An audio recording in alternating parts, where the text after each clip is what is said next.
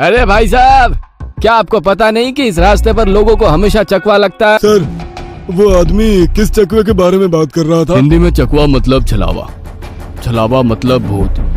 कहते हैं जो लोग रात में सफर करते हुए मरते हैं उनकी आत्मा छलावा बन जाती है, और यात्री रात भर उसी जगह पर बार बार घूमते हैं। वो तब तक रास्ता भटकते हैं जब तक सूरज ना उगे।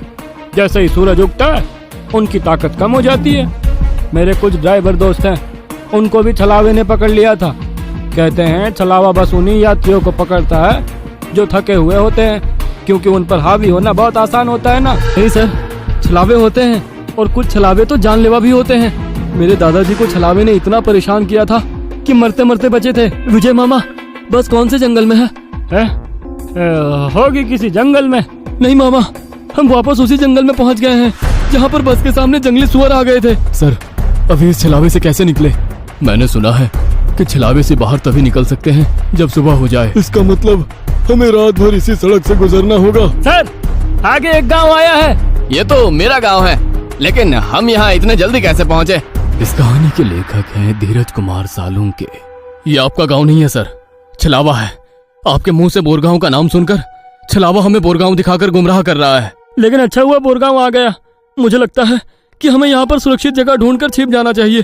और सुशील सर के घर से ज्यादा सुरक्षित किसका घर हो सकता है? लेकिन सर, छलावे में एक जगह पर रुकना खतरे से खाली नहीं है, और छलावा खुद में ही खतरा है। वो खुद में सुरक्षित जगह कैसे रख सकता है?